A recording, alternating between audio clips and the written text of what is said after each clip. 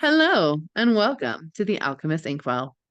This is your spiritual podcast for grounded people. I just lit a solar incense and Apollo is still over here. Uh-huh. I know. Maybe next time you try to use the Phasma box, light some solar incense. He's saying it might help, I think. Um, this is great because we're talking about deities today anyway. I'm trying to Um, think. I think I do have solar incense, but it's in like little cute. Oh, I have copal, his like the actual. Hmm. Perfect. So I will say incense is what allows like in talisman work. It's Hmm. what allows the spirits to come down into the talisman. So we were talking about creating a bridge for him to be able to use Phasmobox earlier. That might help Hmm. lower that vibration. I love that Yeah. we're doing this on the podcast right now.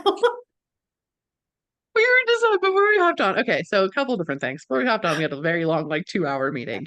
That didn't feel long at all because we always have 10 million other things.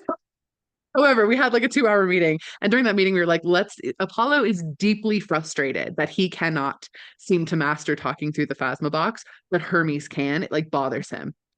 As well as other things. Like he's also pissed because Lacusta can do it really well. So the Phasma box is the software on our computers where they can like communicate. And it's really, really cool. Like it's a really cool software. We're trying to mess with it just in our own houses, just because we're sitting here, but our houses are so warded anyway. It's like really hard for us to think.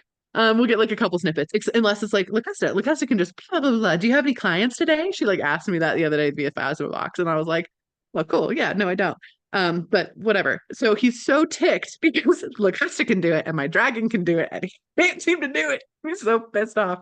So we were trying to get that to happen. So we were doing it on Krista's computer, and I like was like, "Go talk to them. Like, come through that way." And he's still getting We did get some frustrated noises. yeah, frustrated grumble. And it was like, and I'm glad you could feel it too, because I'm like watching him like scream and like frustration at the box. And Krista's like, I feel like he's screaming. I'm like, I felt him like leaning, like using me to lean towards the thing as if I wasn't there, which I have not interacted with him much on a personal level. And we are going to be talking about deities in this episode. So this is pertinent to the stories.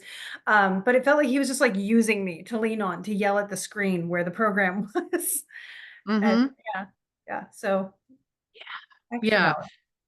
Yeah. So, yeah, we're gonna talk about deities. Honestly, you know what we should do is let's save a couple name suggestions and let everyone else give us name suggestions from the podcast. They can Okay. either email us or they can comment them. You'll understand what this means in a second, everybody who's Yeah. listening. So we were talking about how we wanted to do another kind of like shoot the shit episode because we haven't really done one of those in a while where we just kind of talk story and like talk about things and hang out and some of our like things and whatever. But we've been cooking up something super fun and magical for you all. Super new and different that we haven't done before, and we're really, really excited about it. So to kind of cue that up, we wanted to just kind of tell some stories about deity experiences Mhm. um this week on the podcast because we know one that it's something that people are really getting more interested in right now, which is phenomenal. We Yeah. love that. Mhm. And also something that we know everyone is like really desiring to have contact with in a lot of ways because it's you want validation of these different deities that exist out there, and they're not always your guides. Like it's honestly pretty rare Yeah. to have a deity as a guide. Like I'm not saying it doesn't happen, but it's a lot more common to have, even like a part of a deity, like a small sliver of them on occasion, like that has some consciousness of whatever. That is more common as opposed to like the full them, or even just more, I mean, we've talked about spirit guides before, but more of like just people you've had interactions with in the past, or beings that you know are really good at helping with one specific thing, or that kind of thing, is way more common. So leaves deity work kind of in a weird space. And we know we've talked about like how to do some deity work before, but we wanted to just kind of like do some story times because we've got some of those. Yeah. And we want to do the story time because we want to show how accessible it is to experience these things if you go about it the right way, with the right protections. As Em mentioned, our houses are quite warded, our energy is shielded and grounded and all and cleansed regularly. So there is some spiritual hygiene that goes into this. And I just Mhm. want to put that out there first and foremost before anybody gets ideas to start dabbling with this. If you do have ideas to start doing this responsibly, stay tuned because that is involved Mhm. in the thing that we're cooking up. Which you will get a chance to name at the end of this episode. We'll let you know. Yes. That's what we're talking about, which you don't get to know until after we talk about it some more, I Yeah. think. Mhm. Um, really cool. So first thing I would love to talk about, we're gonna talk about Hermes a little bit and the Hermes the hamster saga in its entirety, and also something recently I was talking to Hermes about. First of all, let me just express, I do not work with Hermes. Never have I ever worked with Hermes. Other than there's a couple different holidays. So I was a practicing Hellenic polytheist for a long time, like multiple years. And there is a couple different holidays on the Hellenismos calendar that do honor Hermes. And so I've done those things, but I also did Hestia and I also honored Ares and I would also honor Hephaestus. Like I honored other deities too. So Mhm. that's the only time that I've like ever like really worked with him outside of this whole Hermes the hamster saga, which I know I've talked about on here, so I'll keep it like more brief. But Hermes the hamster, who now sits over here in my cup holder and is just chilling. This is him. If you're watching the YouTube, I am holding the hamster. He is not alive. He is a stuffed animal. So I'm just Has there been confusion? there has been confusion. People have been like, I thought you like casually lost a real hamster. You just weren't hearing. To be fair, Um, that is easier to do than you would think. They lose themselves. They get out so easily. I have a whole childhood to prove it. oh my gosh. Just totally side note on that. I recently watched a video of like someone caretaking their elder hamster. Their hamster was so old, it was like wobbly and like whatever. And everyone in the comments was like, how did you get your hamster to be that age? Mine just exploded one day. I was thinking the same thing. Like, I don't think mine ever lasted. Mine ate its own foot. It's like, oh my God. I don't have hamster trauma. We had guinea pigs. Yeah. No. Ugh. Weston also has hamster trauma. I think a lot of kids have hamster. Hamsters were like the go-to starter pet in the 90s, I think. Mm-hmm. We bought our hamsters from a shoebox at a basketball game. Like, so That's awful. yeah, The box of hamsters to a basketball game. that was Oh, the culture of where I grew up for sure. that is that is wild. Yeah. Uh, After we did go to pet stores for our hamsters. Yeah. we got our guinea pigs from a pet store, and they're at the same pet store, and so therefore we were sure they were the same gender. And then 2 weeks later, we came home and we had 6 guinea pigs instead of two. That was a fun experience. Yep. Yep. Turns out that pet store lied. We could just do like a hamster. I have so many hamster stories. None of them have anything to do with deity work, except for the one time that one of my hamsters got out and I found out that she fell through the ceiling while leading all the other baby hamsters to my dog's food bowl. And I found out that she did that and didn't make it while I was at Sunday school. So there's your deity association. Way to bring it in. You worked for that connection. I Anyway, did. Hermes the hamster is a stuffed animal.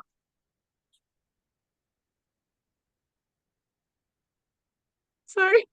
This podcast is unhinged. Anyway, yes, stuffed animal. Astrologically, Mars is at the anaretic degree of Capricorn today, which is causing all sorts of chaos. We do have a square between Mercury and Uranus later this week, which is also causing all sorts of chaos. So there is a reason for all of this.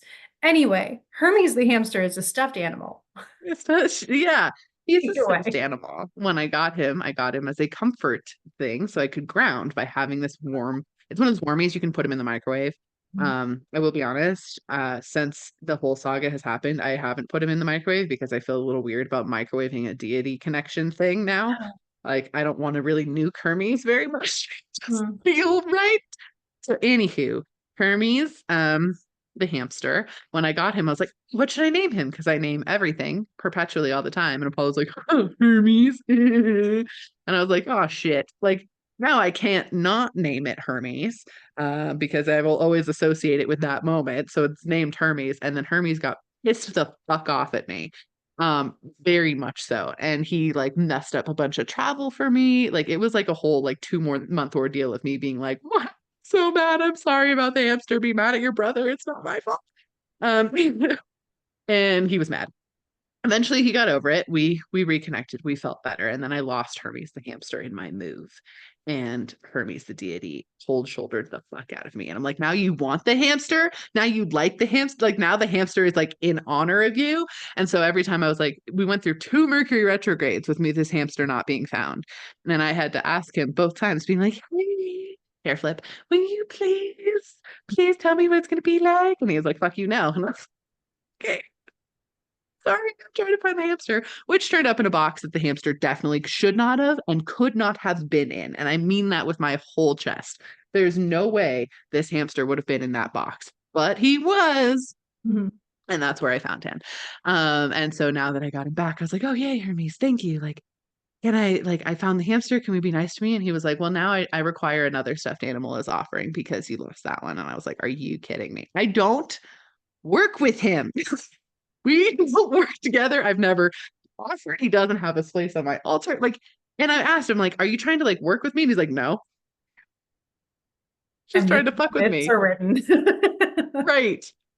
So now we're in the process of getting another hamster, and Hermes the hamster came with me to Sacred Spaces Gathering, and he sat on the podium. Because one, I was not taking any chances with Hermes the deity being mad at me if I didn't bring the fucking hamster and then messing with the technology of the conference. And two, he's a celebrity now. And Yeah. let's be real, this little stuffed animal has a following. Yes. Multiple people asked to take pictures with Hermes the hamster, by the way. So we Yeah. did. And that's fine. Yeah. That's fine. I also got gifted a little hamster, which is I've named Don Hermes, like a mob boss. You come to me on the day that your wit spinny ball stops working. Anyway, so with that though, it was really cool because on the stage, Hermes the hamster was there, and then during my talk, Hermes the deity popped up like, "Look at my hamster," and then Apollo was like, "Could you get off the fucking stage?" And they like had a whole fight during my talk, which some of it picked up on the Phasma box apparently, Yeah. which is really interesting. And that is what it's like to work with deities. It's that level of chaos a lot of the time. And one thing I just wanted to mention that I've talked to Hermes a little bit about as of late, Rebecca mentioned, because she does work with Hermes, Mhm. we do have a working relationship, um, that he was very upset that Loki gets, what's his face to be the actor of him? What's his name? Hiddleston. Oh, yeah, Tom Hiddleston. Loki gets Tom Hiddleston, and then Hermes gets Lin-Manuel Miranda. And Hermes is very upset by this. I mean, Um, yeah. he's like, he gets this badass movie of being Loki, and Hermes gets Lin-Manuel Miranda, and he doesn't like this. And so then recently, Epic the musical has come out more and more, and like there's a portrayal of Hermes on Epic the musical, like just on it's just a soundtrack thing, which I highly recommend listening to because the deities are really well represented for the most part. There's a couple little fudges where I'm like, that's not so accurate, but that's fine. And then the representation of Hermes, and I was like, do you like that representation? And he's just kind of like, it's better. And I'm like, I think it's accurate as shit, but it's in his opinion, slightly better. And for the record, Lin-Manuel Miranda has an angular Mercury up in the midheaven in Capricorn, with Oh, the sun and the moon, but it's in Capricorn. So no Mercury signs are angular for him, and his Mercury signs of Gemini, and Gemini is empty, but Virgo has Saturn, Mars, and Jupiter. So there's a lot of activity and angularity for Mercury, but it's a very subtle presence of Mercury in Lin-Manuel Miranda's chart, which is interesting to me when you think about drawing in yeah. Hermes energy. Yeah, especially because like the way that he's written in the Percy Jackson TV show, which is not how he's written in the book, it should be noted, Mhm. but Yeah. in the TV show, he's written to be this like kind of like regretful family man, and that also pissed me off. Yeah. Uh, Well, a lot of Percy Jackson took on the family dynamics should be better than this kind of yeah. thing, as though the Not, gods are that intimate about which him. I was just gonna also say is also not accurate to the books because the books a lot of the time like are like, yeah, the gods are removed. It is what it is. Like Mhm. that's just it. And then the TV show, for whatever reason, I don't understand who the TV show is supposed to be for. I don't know who the target audience was for that experience. It didn't hit. Well, I think that they were just trying to really emphasize healthy family dynamics Hmm. or mental health of children right now, which I get, but is not an accurate reflection of Yeah. how deity energy actually works, especially if you're a demigod. Yeah. Right. Well, and on top of that too, they took away a lot of the humor, I think. that was Mhm. present in the books. Like Grover is not a funny character in the show. And I'm like, that was so essential to the books. Like, why would you do that? Anyway, it's beside the point. But as far as their deity representation, not grand, not Mhm. well, especially like even the Hephaestus episode, I was like, no. Yeah. I love the actor who Ah, played Hephaestus, yeah. and other things. He plays Mhm. Richard in Gallivant. Oh, nice. If you've ever seen Gallivant, oh my gosh, it will make you love him too. I'm gonna slug bug you through the phone. Boop.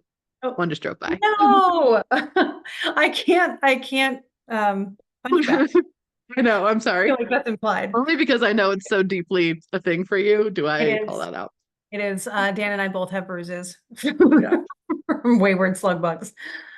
Anyway, so that is one deity experience I've had recently that Mhm. has occurred.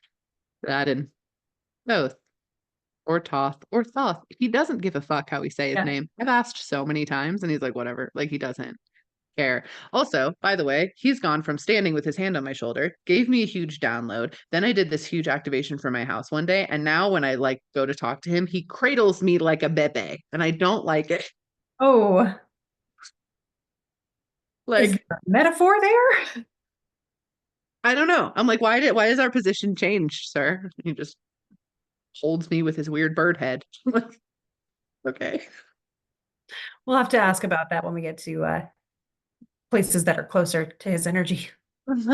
Yeah. Anyway, those are my Yeah. current two starting off ones. What other deity experiences have you I had? mean, so ironically, many of my deity experiences, not all, are Mm-hmm. mostly with the Christian pantheon, Mm-hmm. which honestly, legit.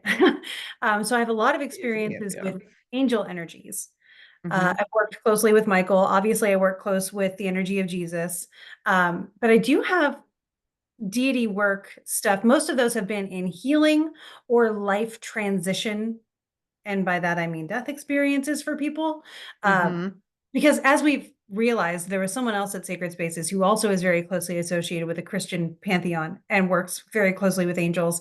And even their stories seem to be mostly associated with transitions of life.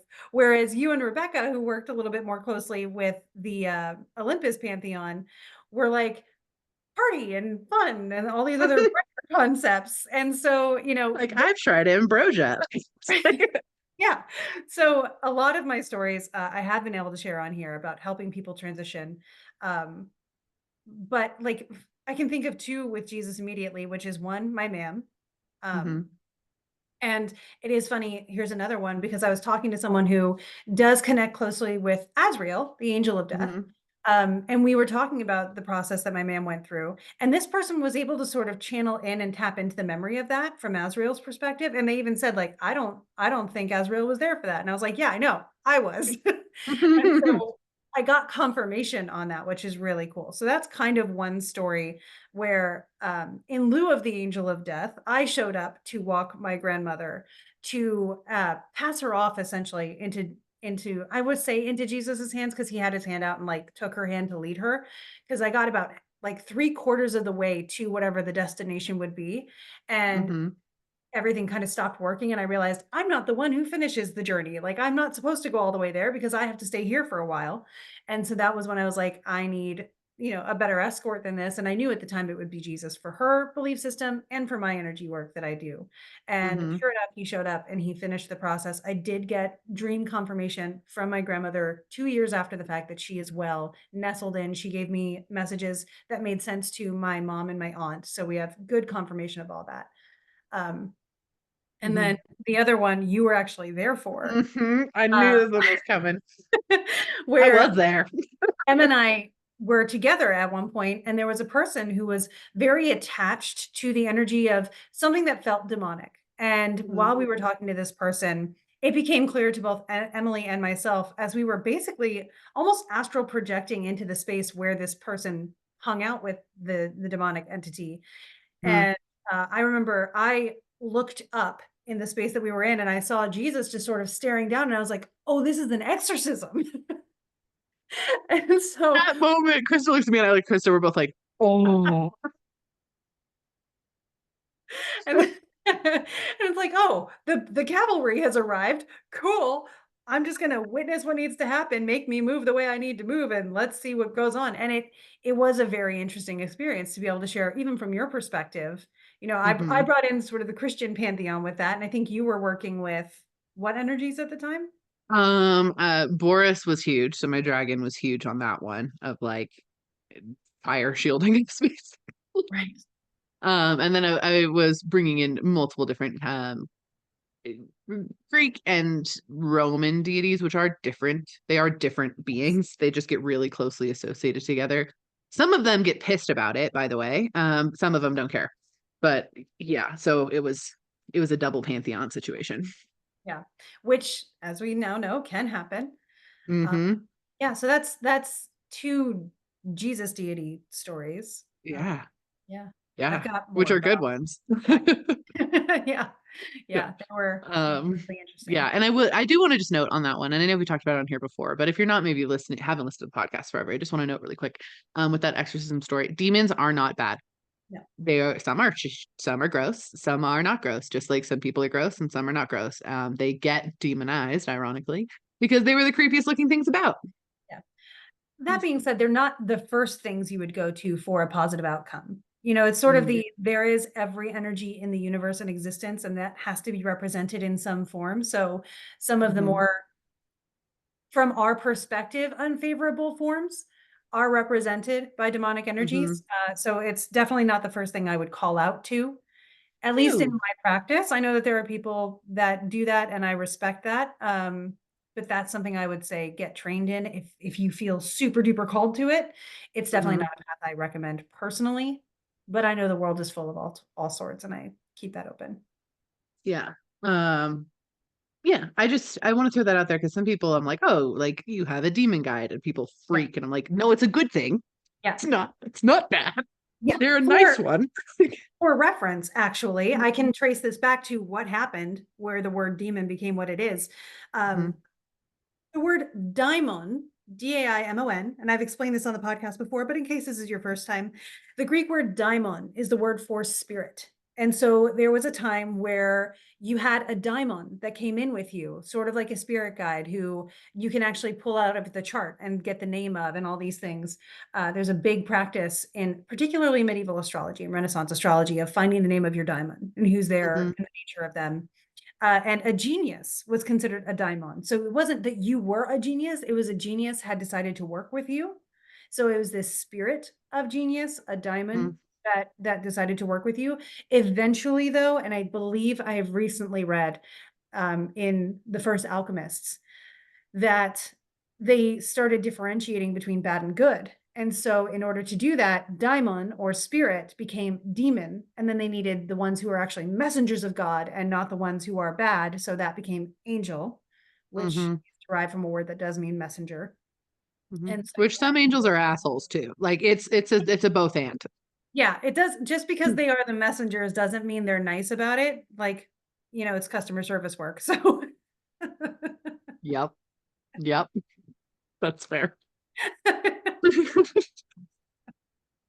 Oh, it's so funny. Yep.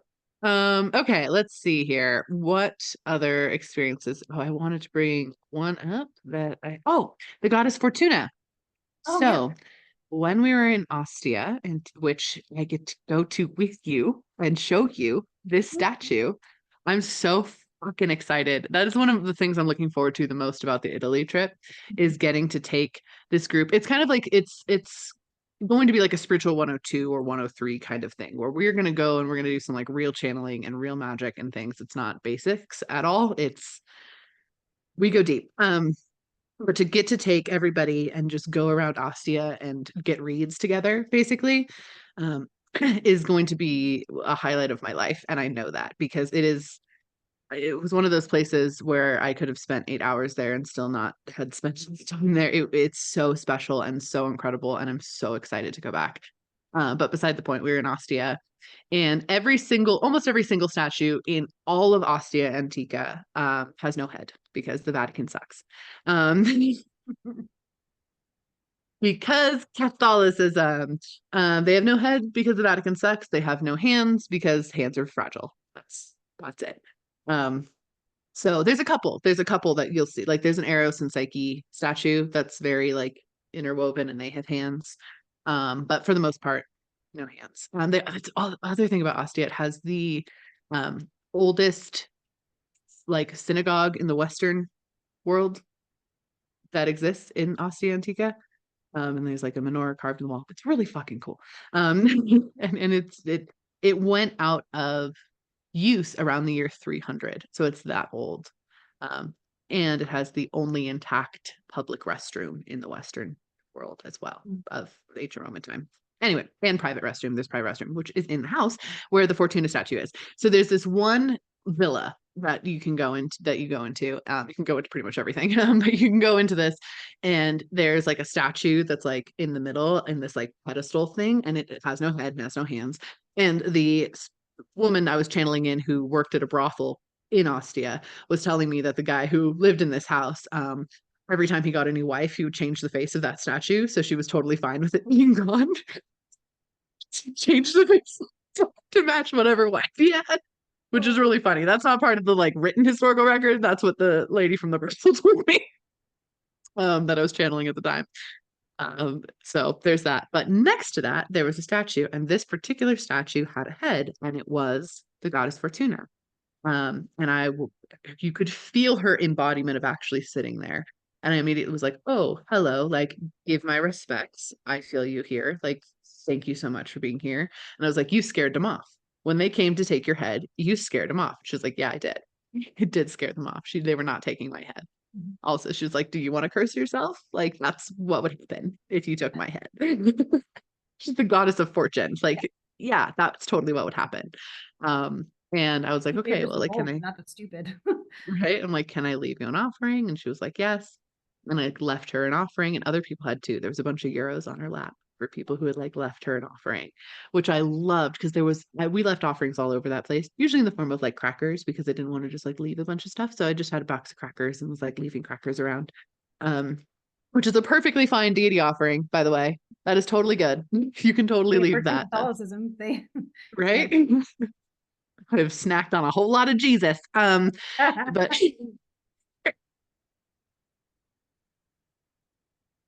That's another story. I'm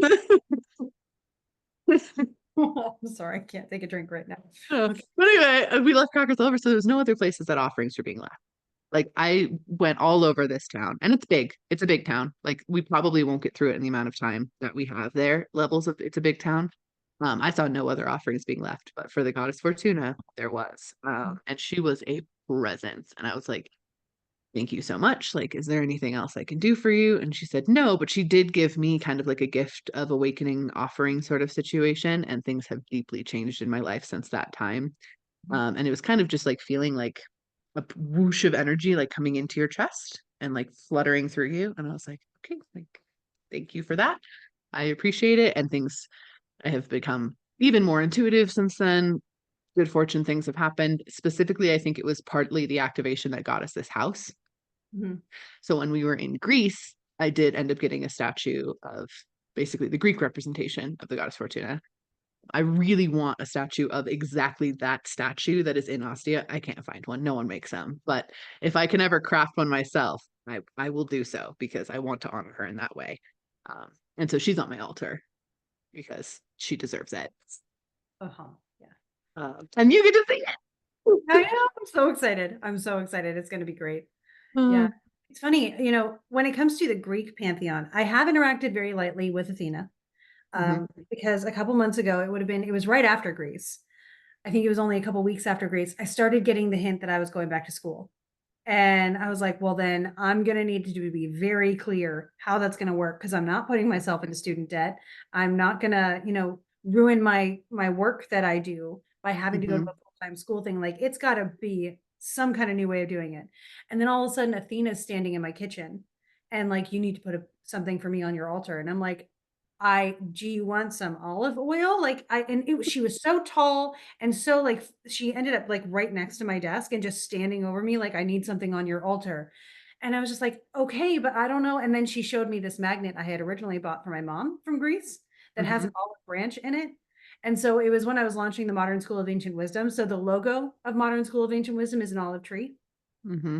And this magnet with an olive branch in it, in resin, is on my altar. And it's funny because when I was trying to get into the school that I've now been accepted into, it's a MDiv, right? So this is again the Mm-hmm. Christian pantheon, and I was getting frustrated because everything was going so smoothly during a Mercury retrograde, and then it ended, and everything started falling apart. And I was like, "But you want me to go here, God? So what the heck?" And then Jesus came in, and he's like, "Hey, so Athena's got something on your altar in your new house, but I kind of don't." And I was just wondering, and I was like, "I forgot to put your cross out. I'm so sorry. Can you show me where your cross is?" And I saw it in my head. And so I went to where that was, and it was at the top of the pile of where it was. And I pulled it out and I put it up. And literally the next day, everything came through. And I was just like, "Sorry, dude. Forgot to include you in the family." So that's how Mm-hmm. Athena and Jesus are both working together on the altar right now. But other than that, it's been one very prominent Egyptian deity who I've sort of talked about on here before. So Mm-hmm. the Sekhmet encounter. I've gone into that before, right? Yes, we Yeah, did on our spooky story time. I think you did the that's right. Sekhmet story. Yeah. So if you guys want to know the Sekhmet story, which you should, go listen. And I get to show all of you that in Mm-hmm. a while. So Yeah. yeah, Yeah. yeah. Sekhmet is not she so because Sekhmet is a goddess of destruction, people Mm-hmm. also appealed to her. She's a goddess of destruction and like pestilence and disease and that kind of stuff. So people also appeal to her as a healing goddess, which is something. And I realized when I started getting back into the in-depth healing that I've been doing recently, she started coming forward a little bit more. Um, Mm-hmm. so I'm probably gonna have to pick up something in Egypt that is attuned to that. I have something for Isis somewhere, which Sekhmet is sort of an emanation of in certain form, but I have Yeah. to find it. Um, Isn't she also an emanation of Hathor she is, yeah. Yeah. They're like a triple goddess sort of situation. Isis situation? is like the goddess, and then some of the other Mm-hmm. ones are very associated with her. Um, Yeah. yeah, yeah. Which So also, I love Hathor's energy. Hathor is nice. Yeah, Every time I've ever channeled her, and I'm like, oh, you're nice. yeah. You're lovely. Hathor is a great representation of what would likely have been the age of Taurus at the time. Makes sense. That Uh, makes sense. Well, I mean, they would have gone through a couple ages, right? Because it's like yeah, and you a notice thousand years. Hatshepsut is a really Hmm. great embodiment of that too, because when the age Yeah. of would have been Aries came through, Hatshepsut got marked off of all the walls because war Hmm. became the thing instead. So, Hmm. and rams became the motif, and it's really interesting to track that. That's so interesting. That's really cool. Um, I was gonna bring up another one, and I just lost it. Um, So we are at 5 minutes too. well, that's probably why I lost it. I was going to say, do we want to sort of Yes. invite the naming? Yeah. So Kristen and If you want I, to we were stop by all talking means. about Yeah, we were talking about the forgotten storytellers, and we are so passionate about it, but we don't necessarily want to do a summer cohort this year because we are traveling so much from March until August, that we want, or basically the end of July. So we wanted to do something different.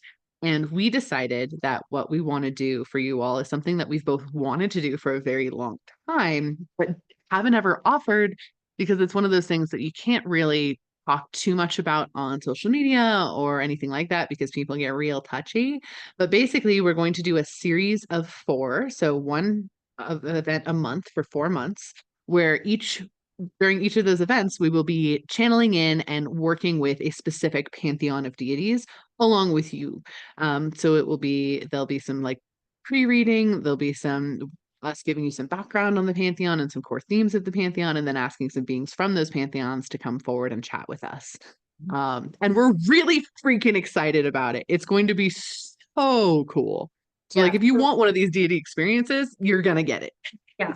Yeah. So the idea Mhm. is that before the event, you'll get some materials to become familiar with the pantheon that will be the subject of the event.